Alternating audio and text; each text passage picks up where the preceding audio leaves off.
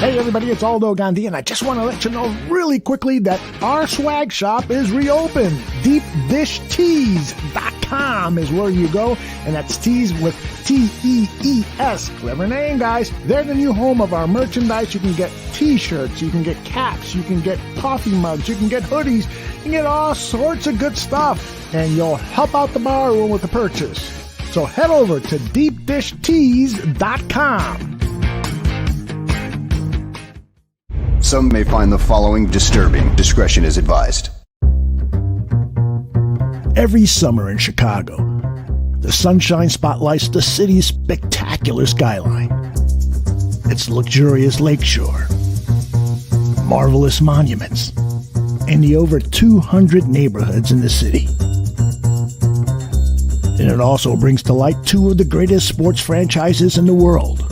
On the north side, it's the Cubs. On the south side, it's the White Sox. This is Crosstown Crosstalk.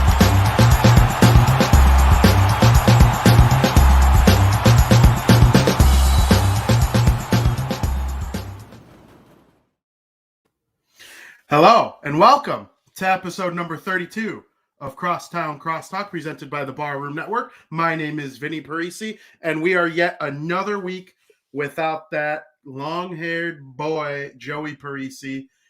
We miss you, Joe. You'll be back on this show eventually, maybe as soon as next week. Hint, hint, we'll see what happens. But of course, when Joey's not here, that means we're allowed to talk about the New York Yankees freely.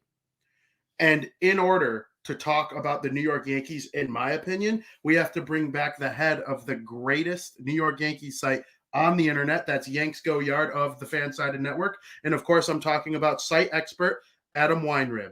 Adam, thank you so much for joining us. Thank you for having me. What a pleasure to be here.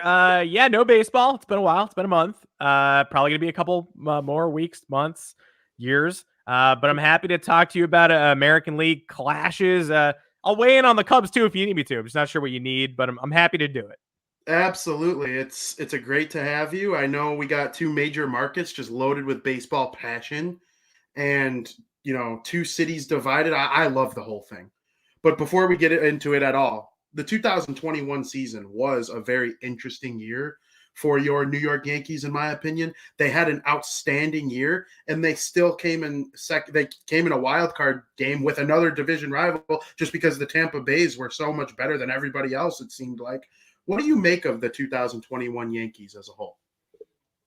I think a lot of what the 2021 Yankees did, it explains why people hate Yankee fans, why people think Yankee fans are whiny, because we really were extremely dissatisfied with what we saw, and it ended up being a 92-win season. So I do understand that on the surface, for someone who didn't live it every day, that looks embarrassing. That does not look like that seems like a very entitled behavior. But the reality of it was they played a lot more like a lesser team for large stretches of the year. They had a massive winning streak in the middle to the end of August. They picked off a lot of their competition in a row. They went to Oakland, maintained the win streak, and everybody sort of thought your White Sox were a part of that.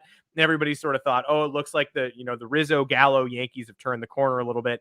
Then they unturned the corner and nearly gave away a playoff spot after taking a 7 or 8 game lead on a wild card berth. They managed to maintain it with an incredible final week. They beat up the Red Sox at Fenway. They beat up the Blue Jays in Toronto. And then just as soon as it, was built up again, it came crashing down in a 1-game finale at Fenway Park. But outside of that 2-week stretch in the middle to the end of August and that final stretch, there was a lot of bad in there. There was a lot of things that, look, it wasn't out of character. It was out of character for a team with high expectations. It was a lot of bullpen meltdowns. It was a lot of the type of losses that 80 to 85 win teams experience on a regular basis. Yankee fans should acknowledge they're lucky to get out of that year with 92 wins. Absolutely. But the frustration was due to the fact that an overwhelming number of the losses were absolute choke jobs against their division rivals. A 4-0 no-hitter in the 8th inning at Fenway Park that became a late inning loss. A 7-2 lead in Houston in the 9th. That became a late inning loss. A 7-3 lead to the Angels at home where everybody went to sleep and there was a 2-hour rain delay in between, but they didn't get the game called for whatever reason. Aroldis Chapman gave up a grand slam. Another loss. Pete Alonso did it to the Yankees in the 7th inning of a doubleheader. All of their rivals got them in really harsh ways throughout the year. And they felt like they sort of lucked into 92 wins in a playoff berth with a dead cat bounce. There was a lot of regression there. So I do look at 2021 as a season of more regression than I'm comfortable with. A lot of question marks moving forward about holes and positions that we thought we had shored up. And certainly a season that looks better at the end. You look back and you say 92 wins. It looks a lot better than it felt. That makes a lot of sense. And I understand what you mean about some of those games that they let slip away. But, one player who did kind of exceed my expectations, maybe just a little bit based on his slow start to his Yankee tenure, whatever it may have you. I'm talking about Giancarlo Stanton. He seemed to have a pretty good year in 2021 by all accounts. Were you surprised by that at all? Was it exactly what you expected? And if we play baseball in 2022, can he do that again?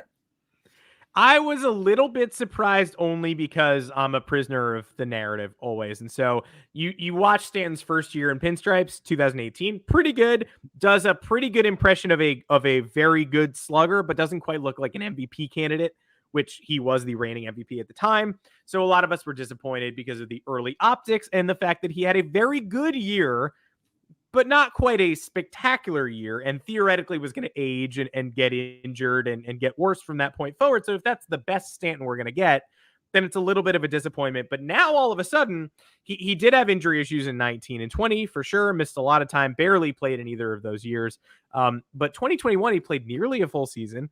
He looked special. He looked like someone who could carry a team for weeks on end. When he was on, he was on. If that's the version of Stanton we're getting going forward, I am beyond satisfied with that. I don't need 55 homers. I don't need him to hit 340 and play 161 games. I need something like what I saw last year, which is inordinate clutch moments. He has a reputation for, whiffs. Power hitters do. That's how people think about power these days. But he put bat on ball a lot when it was required of him, but he more often than not hit strikes very hard. Found the green monster at Fenway Park, beat the green monster at Fenway Park. And now you look at his contract, which is something like, because of what the Marlins are paying, it's like 7 years, $155 million left on that deal or something like that. People were complaining about the Yankees being unable to get out of it and weighed down by this insane Stanton contract. Doesn't look that crazy anymore. It's less than what they're going to be paying. Somebody's going to be paying somebody like Trevor Story moving forward. So, I mean, Stanton never lost me, but he did have me worried because until you see it in a big moment, you do think to yourself, is this ever going to happen? But last year he was really special. And if they win one more of those games that they choked during the regular season, the wild card game is at Yankee Stadium. He's got 3 homers instead of 1, and the Yankees are probably moving on to the American League Division Series. Yeah, that was a tough game for him with all the almost home runs. It was a really good game for him too at the same time, which is funny. But a lot of people, when you think of Giancarlo Stanton in a Yankee uniform, I always think of Aaron Judge as well, because they're either the two big power bats in the middle of the lineup. They're almost the same height. It just kind of seems like they're the two, guys in the middle of the lineup that the Yankees rely on for the extra offense. He was awesome in 2021. And I know I just said that about Giancarlo, but to me, Aaron Judge is like a game-breaking type of hitter. And I think he could be one of the 10 best hitters in Major League Baseball, if not better than that. And of course, he's coming into a contract year. So if they play, I'm just going to preface, if they play for every question going forward. If he has like an outstanding year, can he be one of those like highest paid players in the league? Will it be with the Yankees? Could it be with somebody else? What are your thoughts on Aaron Judge as a baseball player and his lucrative contract that he, by all accounts, is going to sign very soon? Yeah, I think that you hit the nail on the head. The only two guys who were completely unproblematic last year, by and large, were Judge and Stanton. Judge, we had the same question with Stanton. Can he do it for a full 162? How healthy can he stay? Can he approximate this production over a full season? And then we got borderline a full season from both guys. And yeah, the production was absolutely there. Very special. I have no issues with what Aaron Judge put forth last year, if that's him moving forward, or if it's even a slight downgrade of that. Both of those are very acceptable. As for his next contract, I think it's going to be somewhere in the megalith region. I don't think we're looking at 300, 350 mil. I don't think he's reaching Corey Seager territory. I think his future is in New York with the Yankees. I think they've shown us time and again that they want to take care of him before taking care of these big external free agents. I think it's going to eventually fall somewhere in, because look, he is on the verge of 30. We're not talking about extending a 27-year-old, as embarrassing as that is. And Hal Steinbrenner isn't exactly willing to eat mistakes. He should be. He's Hal Steinbrenner. They're the New York Yankees, but he's not really willing to do that. So I think we're looking at something more like 225 max, 6 or 7 year extension. They're going to play it safe. It's not going to look like a behemoth deal, but I do think both parties are going to satisfy each other before moving on to the rest of the free agent market. So I think he stays for a large deal, but not quite in that stratosphere. Sure. I kind of like to hear that too, because I'm also a fan of an American League team, obviously. And, you know, you think of like the top free agents coming up over the next couple of years. One of the Sox biggest needs is right field, but there is something like comfortable to me about Aaron Judge playing for the Yankees. He just seems like a Yankee kind of guy. And I almost like having to go through a guy like Aaron Judge if you want to win a playoff series against them or, you know, something like that. To me, it's like I never really root for the best teams to all of a sudden stink if mine is getting better, because I want the White Sox and the Yankees to be at the height of their powers and meet each other in the playoffs. I think that would be awesome. So I'm rooting for Aaron Judge to stick around and, you know, play well. The Yankees are obviously better with him in the lineup, and the league is better when the Yankees are competitive. So that's how I see the whole thing. But you mentioned that Stanton and Judge were the only non-problematic players pretty much at any point for the Yankees last year. I'm assuming that applies to batters only, because Garrett Cole was really, really good. And he comes in second for the Cy Young, one spot ahead of my guy, Lance Lynn. And, of course, Robbie Ray, dominant second half, well-deserving of the Cy Young. But Garrett Cole is one of the highest paid players in the league. He deserved every penny that he got. And I think he's been really good with the Yankees. Would you say that his contract with the Yankees so far has been worth it? Yeah, and I would do that again, too. And look, I am the kind of person who I would do any of these things, because I don't think that any mega deal that's already happened should complicate future dealings, which I understand that's not how the Steinbrenner family operates. I understand there are, you know, cause and effect and all that stuff. But at that time, the Yankees needed an ace, and they went out and paid for an ace. It's the rare time in the recent past where I was just completely inspired by the move. It seemed like a devil may care. It was like, damn the consequences for once. The one thing we haven't had in 2017 and 2018 is an ace. 2017, we're like a year ahead of schedule. We're almost in the World Series, and we probably shouldn't be. 2018, we thought was our year, and the Red Sox go out and win 108 games. 2019, you know, everything comes together, but then the Yankees lose every player one at a time. They're all injured. No Severino for a large portion of the year with a weird shoulder issue. So they're, you know, they win 103 games, but not with the roster they intended to bring into the season. So you look at that roster and you think, if we get everybody back healthy and we add an ace to this and we get Luis Severino back at some point, then that should be the 108 win Red Sox. Like, that should be the championship core. And then, of course, you know, that season barely happens. 60-game season. There's no fans. The Yankees go ahead and win some home playoff games in San Diego. And it doesn't feel like anything that anybody had signed up for. So that's all we have of Garrett Cole prior to this year. I would say that Cole he dealt with the spider tech thing, happened not very gracefully, and it happened in the middle of a season. And Rob Manfred, with many things that he's implemented and instituted, he should have had a better plan there. Plan A should not have been to just strip pitchers of something they've been using in the middle of May and hope they figure it out. Cole figured it out. Tyler Glasnow didn't. He had Tommy John surgery. You know, the stress of the ball was different, and we lost him for the year and beyond. Cole is very lucky that didn't happen to him. But he slumped for a couple of weeks, then found it again, regained form, then hurt his hamstring at the end of the year, and never really found it again. He was largely very special from early June to early September. And so I would say that he did not have an A+ year, or honestly even an A year, based on what you expect from Garrett Cole. Some of it was his fault. Some of it certainly was not. I was debating Red Sox fans in my mentions the other day who refused to believe he wasn't healthy for the wild card game. I don't know why they need to create a narrative for themselves just to prove that they're the strongest team that ever lived and have the hairiest chest and are the biggest men and are better people than me. He wasn't healthy. Like, I don't know what you want me to say. I'm not going to say he was injured and he couldn't pitch, but he wasn't healthy. He had a hamstring issue in the month, wasn't very good after that. So I don't hold against him. I don't think a healthy version of Garrett Cole looks quite so bad at Fenway Park at the end of the year. I don't regret anything about that contract.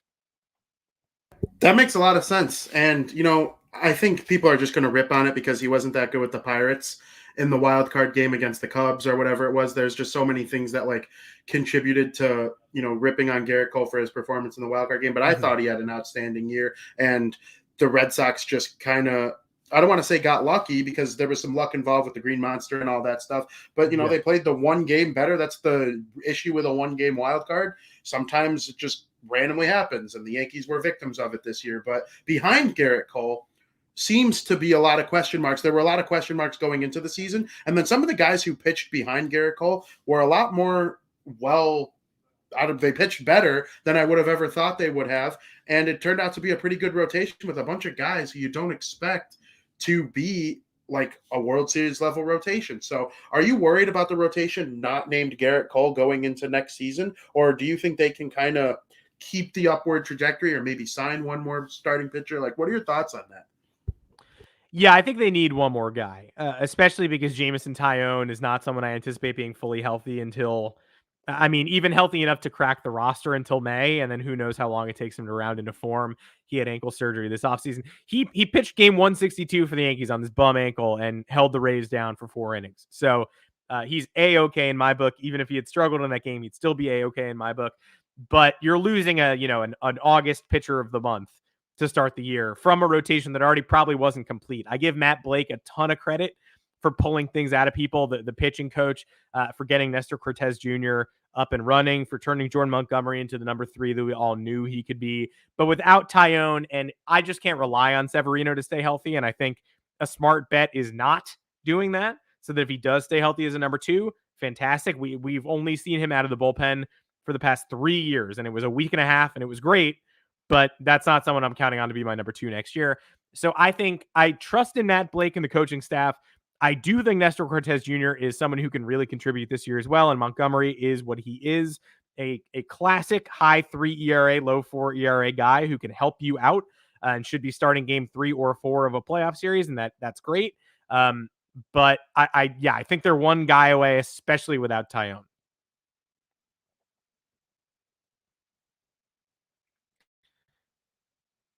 Can't hear you right now. Sorry. That's completely my fault. Forgot to hit the button. No worries. Did you enjoy having Anthony Rizzo on the Yankees last year? Did you think the trade was worth it? Do you think they would consider bringing him back? What are your thoughts on Anthony Rizzo and his New York Yankees little stint there? I loved the guy. I wish I loved the guy a little more. I'll say to your Chicago folks. I think I thought I was blown away when they traded for him. Legitimately the most surprised I've been by a transaction. Obviously, I was floored when they signed Garrett Cole, but I knew there was a chance they could sign Garrett Cole. I thought Rizzo was going to the Red Sox, and I couldn't believe that he was suddenly my guy. It was very strange. He's also someone I've loved for a long time. So I was very pleased to see him join, with the team. And of course, he tests positive for COVID basically a week after he arrives. Clearly knocks him out a little bit. He's not quite the same guy. I overall enjoyed his tenure. I was happy having him. He was a vast improvement on what they'd previously trotted out there. I wish they could have found a way to balance him and Luke Voit a little more rather than claiming they were going to do that. All they had to do was really start Stanton in the outfield more often than not, juggle Voit and Rizzo DH. Obviously, Rizzo's way better defensively, but he's also coming off COVID. So, giving him a rest day or a half rest day every so often, it seemed like they were content to just sort of let Voit die on the vine, and I don't agree with that. I enjoyed having Rizzo. I would absolutely take him back. He's in an unfortunate place where there are 3 satisfactory options, and by satisfactory, I mean, big thumbs up. Matt Olson being number 1, Freddie Freeman, if by some miracle he's available and the Braves don't work out a deal there. And then Rizzo number 3. So he's in an unfortunate position where I'd absolutely welcome him back, but he does have to wait around and check in with the Yankees and have to endure them being like, hey, we're still, we're into it, but we got to figure out this Matt Olson thing first. We hope you understand. So it's a tough thing for him to have to deal with, I'm sure. I enjoyed his tenure 80% as much as I wanted to, but I'd certainly welcome him back at the right price. That's interesting that you say that, because I've always thought that out of the big 3 that the Cubs traded away, Rizzo had the largest likelihood of returning this season just because of the fact that you just mentioned. There are lots of shortstops and second basemen out there. Chris Bryant could play all over the field, but it didn't seem like he really wanted to return to the Cubs. We'll see what happens there. But Anthony Rizzo, he plays first base. He's 32 years old. There are lots of guys who are like in that market that can, like you said, he's the third guy. So it'll be interesting to see what happens with him. But there are other free agents out there that the Yankees have their eyes on. And it seems like Carlos Correa is the hot commodity. The Yankees could absolutely use a guy. I mean, let's be honest, all 30 teams in Major League Baseball would want Carlos Correa, whether they want to admit it or not, based on the elephant in the room. You know what I'm talking about.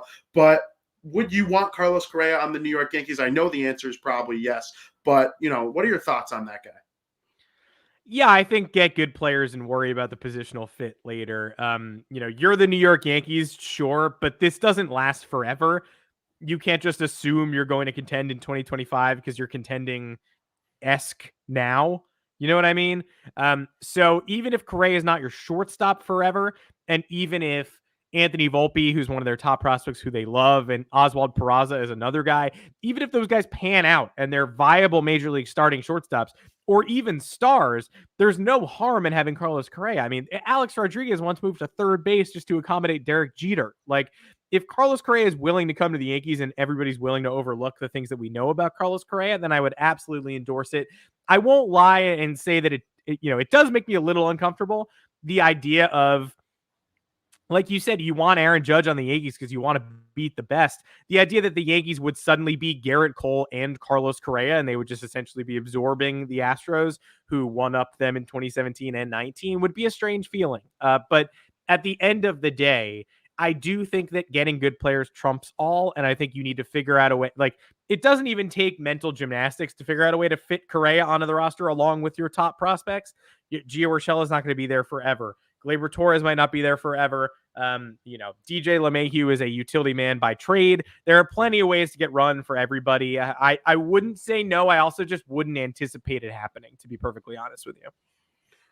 So with the roster currently constructed as is, assuming maybe they add another starting pitcher, whoever you think they might get based on things you've heard or things you want, what are your early expectations for the 2022 New York Yankees playing in what might be the best division in baseball? It's between that and the NL West for me.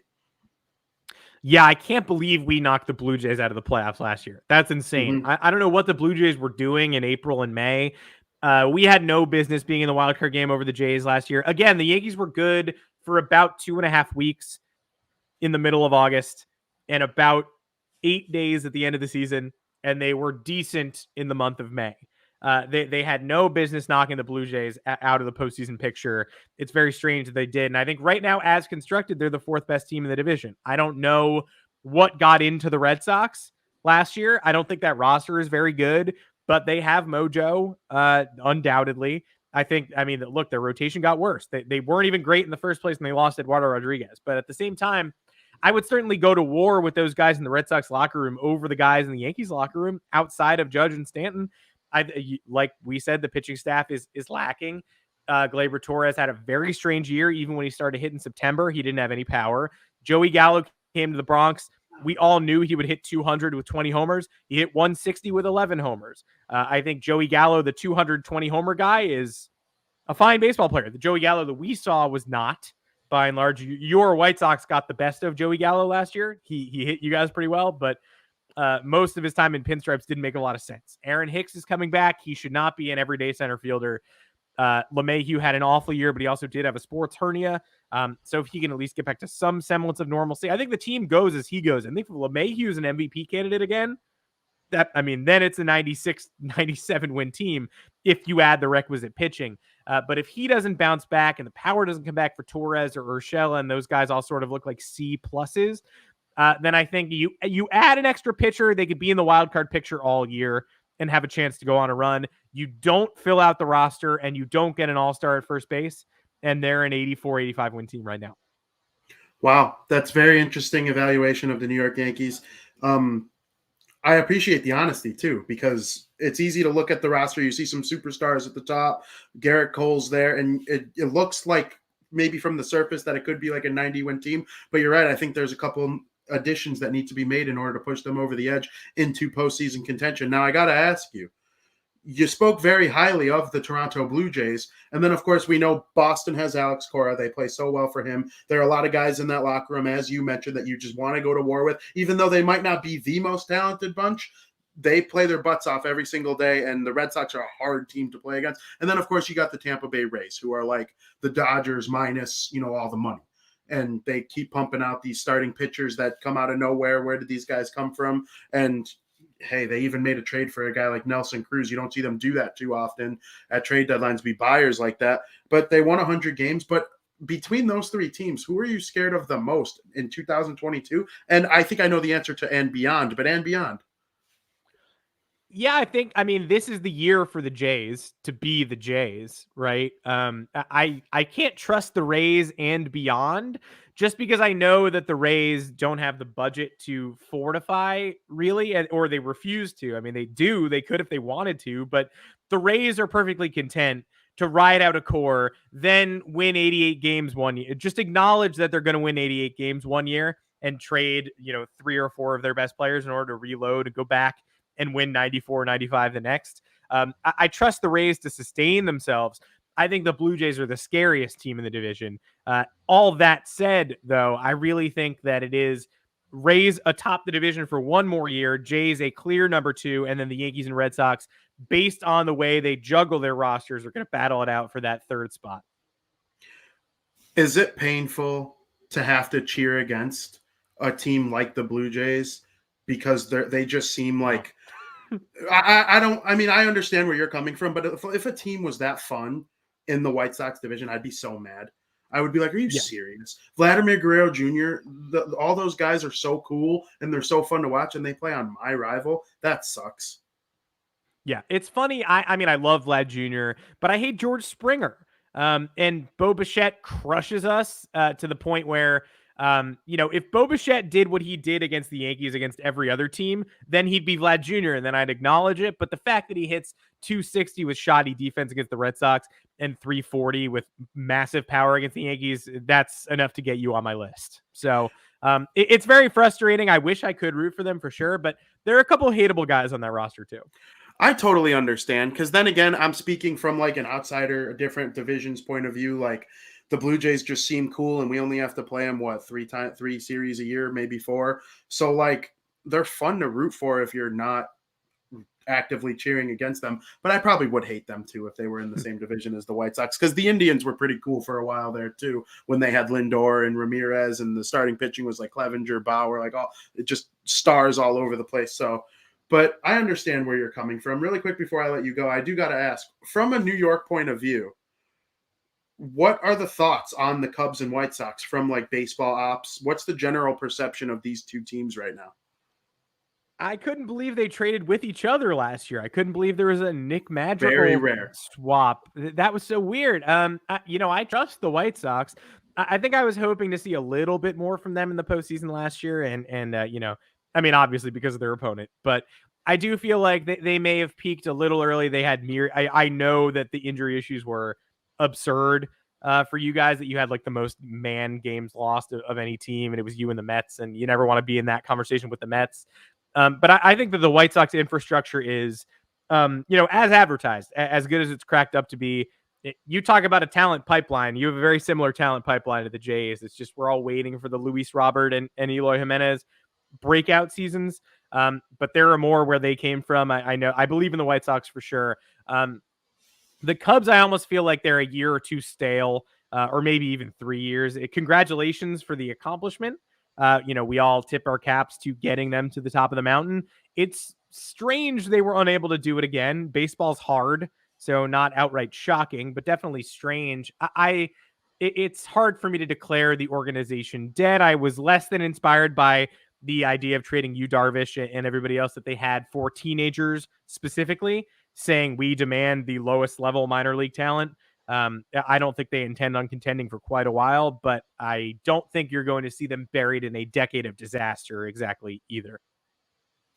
Absolutely. Well, Adam, I can't thank you enough for coming on our show. It was my absolute pleasure to talk New York Yankees baseball with you. I hope we're able to do so again sometime soon. I believe both of our two teams are going to be having some very fun matchups, as we saw. You guys got the better of us for the most part in 2021. So I'm looking forward to some absolute battles between two great cities and two great organizations. Do you want to promote yourself really quick before I let you go?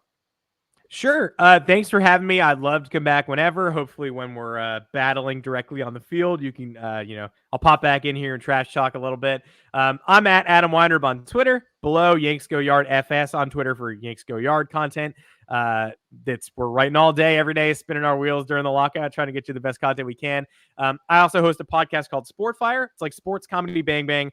Comedians come on, play characters, do interviews about their sports fandom. Had SNL's Luke Null on today to talk about his Bengals. Have had SNL cast members on in the past. It's very fun. Recommend all of those things if you liked what you heard. Thanks for having me, man. Of course, it was my pleasure. We'll see you soon. Thank you. Thank you. And for all those listening, we would like to send you to a quick commercial break. And Ari, since it looks like both the Bears and the Vikings are going to have head coaching vacancies, I was wondering, who do you think is the most attractive destination for any potential head coaching candidates this offseason, Minnesota or Chicago?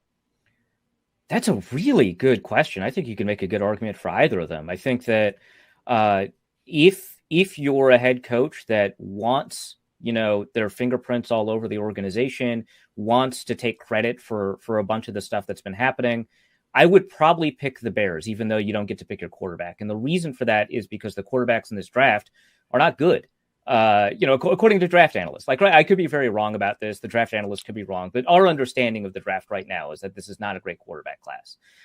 And Justin Fields, to me, personally, I thought he was the second best prospect in that draft. Obviously, he has not played very well as a rookie, worse than I expected, but there's so much good stuff in there that if you can quicken up his process, and if you're a coach who's confident that you know how to get him to be faster in his reads and faster in his process, you've got a good quarterback with good tools, right? Obviously, you're going to need to. And welcome back to Crosstown Crosstalk, where I would like to thank Adam Weinrib for joining us talking some New York Yankees baseball. Now, if you've been watching social media, the news, maybe a specific late night television show, you've seen just this great story that has come out over the last couple days. On late night, Jimmy Fallon thought it would be a very good idea to go on air and imitate what it would be like to be a White Sox fan. Check it out here. It just pisses me off. It is time for screen grabs. Here we go.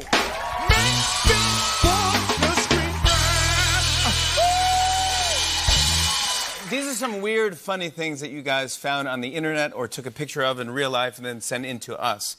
This photo of a Chicago White Sox fan that was posted on Twitter by a sports writer named Alan Bell.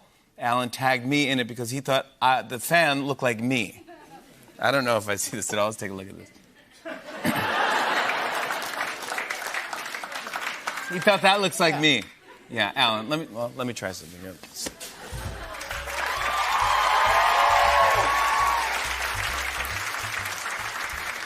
Thank you, Steph. I appreciate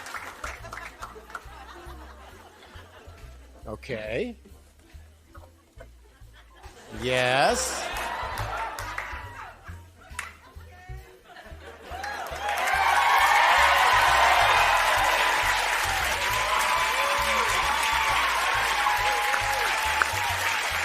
Let's go, White Sox! Ladies and gentlemen, the man of the hour, Jake Von Esch, the man who was imitated on live television by Jimmy Fallon. Jake, how we doing, my man? I'm doing well, Vinny. Thanks for having me.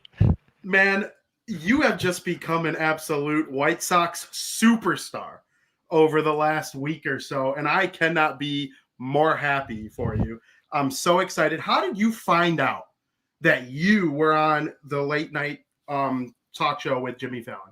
Yeah, it's a dream come true to be a White Sox superstar like this. I woke up that morning and my roommate's mom was watching the news, and she recorded it on her phone, sent us the video, and yeah, that's how I found out. I was ecstatic. I couldn't believe it.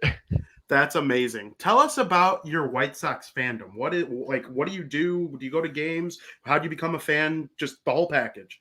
Yeah, I guess I'd probably say I was born a White Sox fan. My mom and her entire side of the family were White Sox fans, and ever since day one, they kind of injected me into it. Went to games as a kid with my family, and now me and my brother, we're season ticket holders. We go to games all the time. We're at a minimum one home game a week. Just depends on the work schedules and everything, what we go on the weekends. I yeah, just and I guess that's just the fandom. I love this team. That is so awesome to hear. I love that you're a season ticket holder. I gotta ask, explain the outfit. Well, you mean just the helmet or like the entire appearance? The whole get up. I want to hear about it. Yeah, so well that the helmet came from a friend. It was a birthday gift, and it's not a White Sox branded merchandise. You know, you can't go out and just find that. But the helmet was a blank canvas, and then they slapped a White Sox sticker on the front of it. And then my look, I guess, kind of like a COVID born appearance.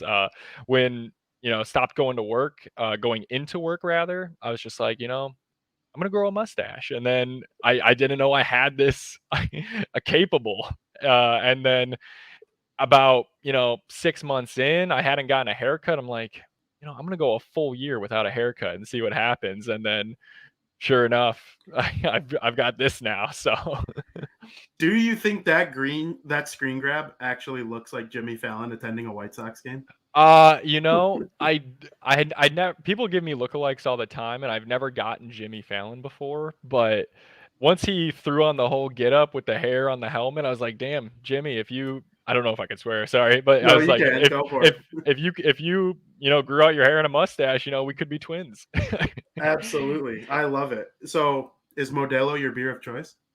I would say it'd be Modelo or Busch Light. Modelo when I'm at the White Sox games, mainly because it's the beer vendor right at the top of our section for our tickets. So you walk up 160, to your right is a Modelo stand. So very good. I love to hear it. Describe to me what the reception of this whole thing has been. Have you heard from people who are just like crazy big on White Sox Twitter? I know you were mentioned in a couple of blogs I wrote about you. Alyssa Bergamini, who hosts the White Sox show, she's a friend of the program. She had a tweet about you. White Sox Dave talking about you on Redline Radio. You're all over the place, man. What's been the craziest thing in terms of the reception of this whole thing? Family, friends, all of it. Yeah, everybody's been very receptive.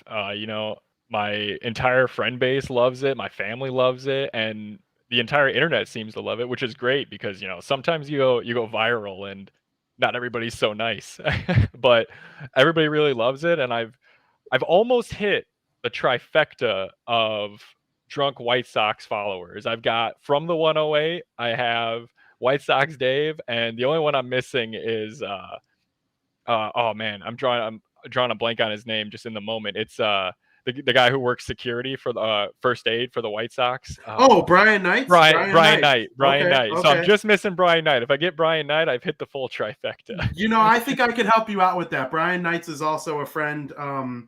I could help you make that happen. I think we can make that work. Brian Knight is hilarious. He often sits up or in stands, his I don't know if it's his posted section or whatever, but it's right above my section. I see him all the time. I've never worked up the moment to go talk to him, but maybe I will now. Yeah, you have to now. He's a lot taller in person than you would ever expect from him sitting in his hot tub, drinking great tasting less fillings, talking about the White Sox lost to the Rays that night. Cue and the Blues Brothers. Yep, cue the motherfucking Blues Brothers, cue landslide. We do all of it. So we can make that happen. Let's talk a little baseball. Yeah, what were absolutely. some of your favorite moments from the 2021 Chicago White Sox season besides that screen grab of yours? Oh man, well, and maybe besides that game, I've said that game 3 is the greatest sports game I've ever been to. It was the most electric atmosphere that I've ever been a part of. I didn't sit down that entire game, and no one in my section did. It was absolutely bananas. Other great moments, man. How about Mercedes at the start of the season? I still love that pimped home run off the Twins player pitcher. That was incredible. Man, I don't know. Just that entire season was just so fun. How about the Field of Dreams game? Oh, how can I forget the Field of Dreams game? Tim Anderson's walk-off home run. Are you kidding me? Against the Yankees? Yeah, the whole season was special. Obviously, it fizzled out in a playoff loss, but hopefully next season. Absolutely. Who's your favorite White Sox player? Of all time, it's going to be AJ Pierzynski. When I was a kid, I was a catcher. My favorite number is 12. So AJ's always been my dude. I think it's solidified. I can't remember how old I was. I had to be like 10 to 13 when he got in that fight with Barrett on the Cubs. I was just like, AJ's the man. I can't believe. And I've got like a cracked bat from a game that he used, and yeah, I think probably AJ Pierzynski is my number one. Absolutely. I love to hear that. The current White Sox are just a very interesting group. Like, you got players like Robert, Moncada, Abreu, Anderson. There's just so much good stuff. Are you expecting this team to eventually finally turn the corner and maybe make a deep run in the playoffs? I know they were outclassed. I was there at that game as well against the Houston Astros, and then I was there the next day when they got killed and were eliminated. No fun there. But do you think they could ever reach that pinnacle with this group? I really do, and I really hope so. I'm an optimistic fan, I guess, but there's still a lot of talent on this team, and for the moment, they seem to own the division.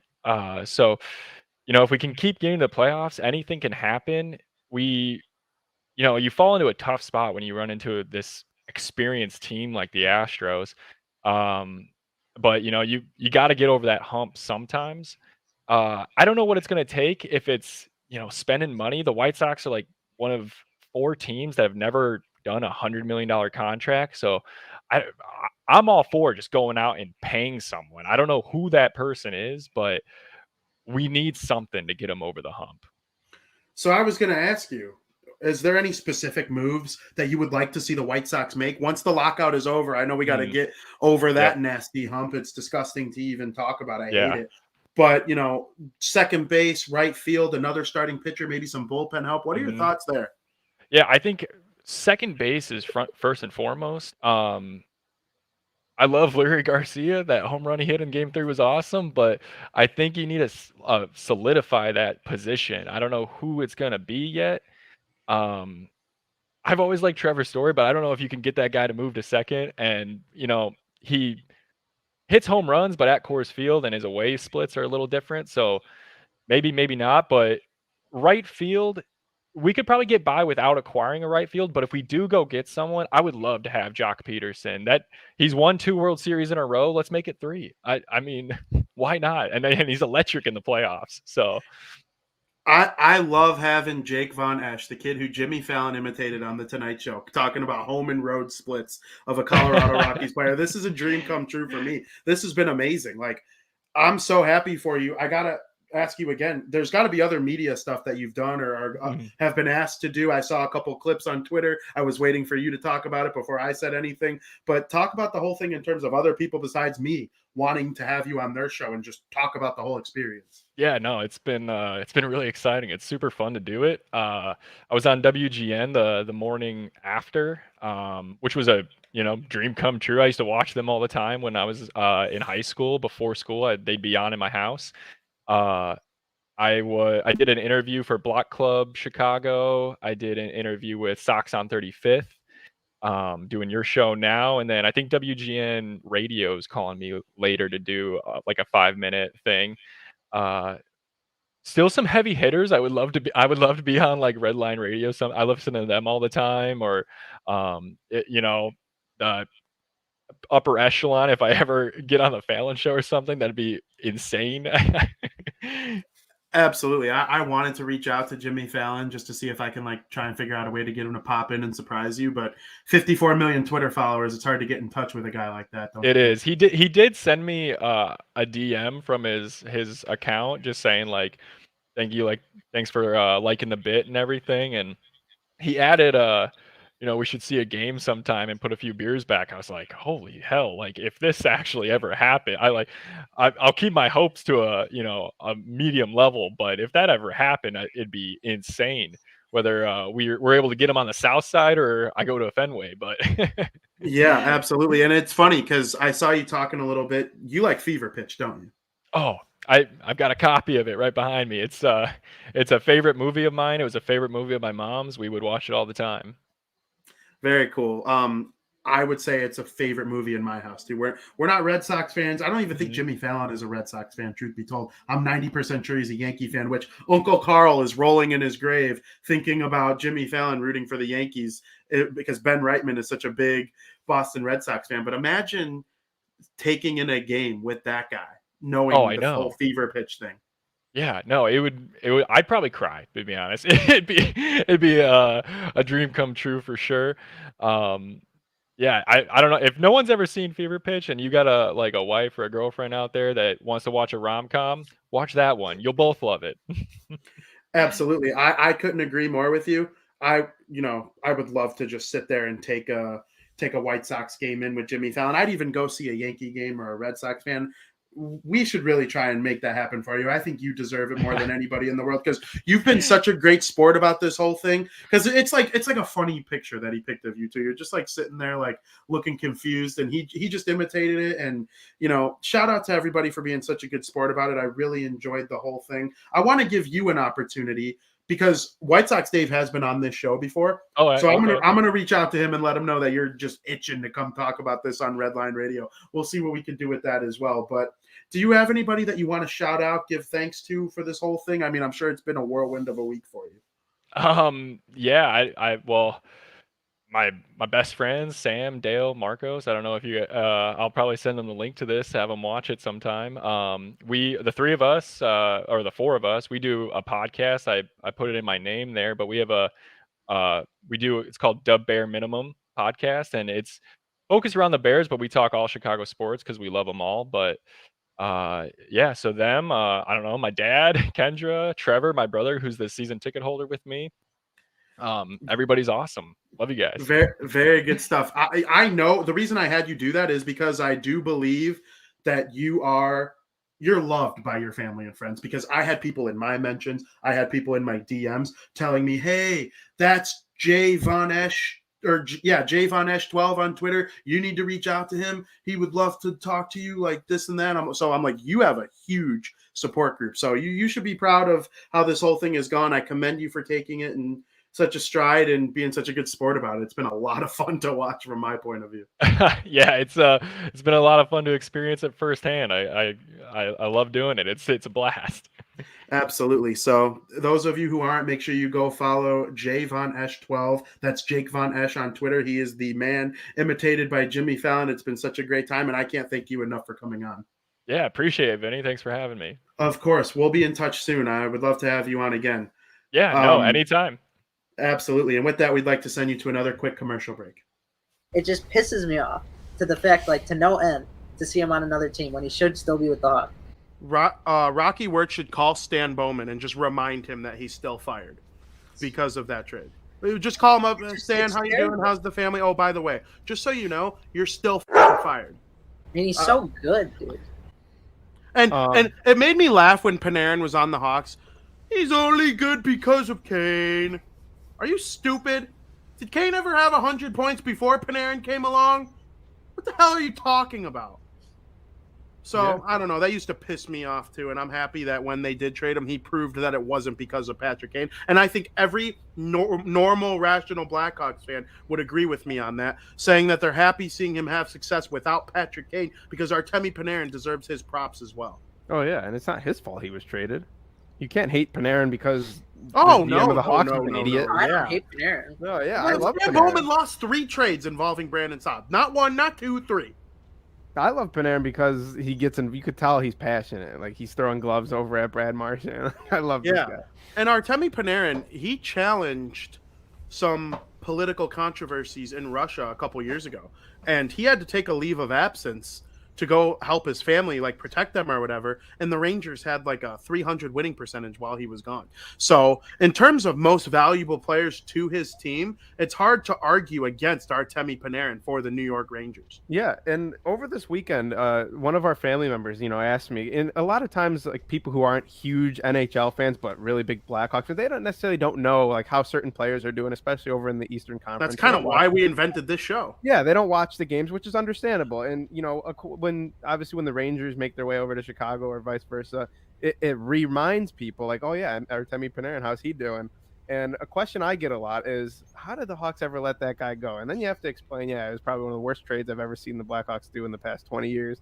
But then you have to remind that person, like, yeah, this guy is, not only is he doing good with the Rangers, he gets MVP votes every single year, it seems, and he's going to win one of these years.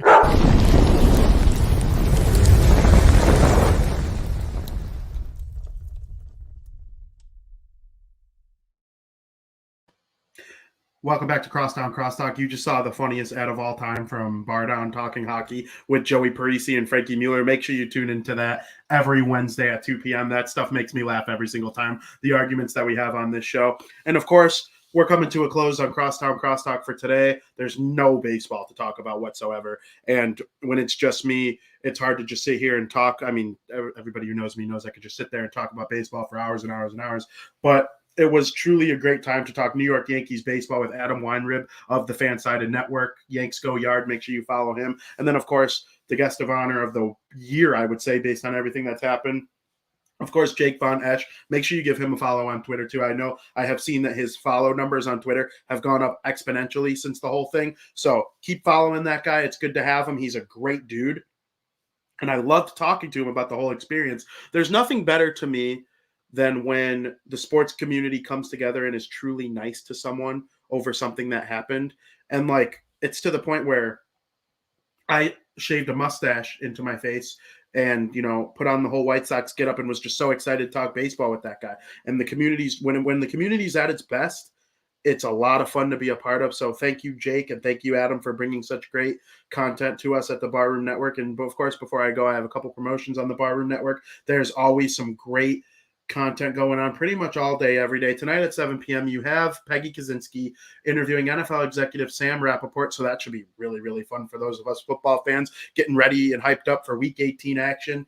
At 7:30, she'll talk with legendary high school basketball coach Dorothy Gators. That's going to be a really fun time, too, as well. Peggy's amazing. Everybody knows about Peggy Kaczynski. She's one of the greats in the industry, especially locally. And then you finish tonight with Dan and Aldo talking Bears football. Going to be so much fun. I love watching those two guys talk football. Big Week 18. I know we got the Bears. Justin Fields is in COVID protocol now, so he's not going to be starting when we thought he was going to be. So it's going to be interesting to see how the Bears play against the Minnesota Vikings to close out the year. You got a borderline playoff game between the Las Vegas Raiders and San Diego, or I guess we call them the Los Angeles Chargers now, on Sunday Night Football. Greatly looking forward to that. We'll recap it all along with the College Football Playoff National Championship on Bar Down Talking Hockey next week, where we don't only talk about hockey. There are other great shows on this network talking about stuff like the Bulls shows, Bulls 101, Science Fiction, talking about all things nerdy.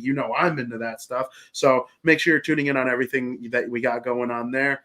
And, of course, one more time, thank you to Jake Weinreb of Yanks Go Yard of the Fansided Network. And then, of course, Jake Von Esch, the man on NBC's Tonight Show with Jimmy Fallon. Such a good time. I had such a great time talking baseball. And we will be back next week with more great content. And as always, thank you for listening.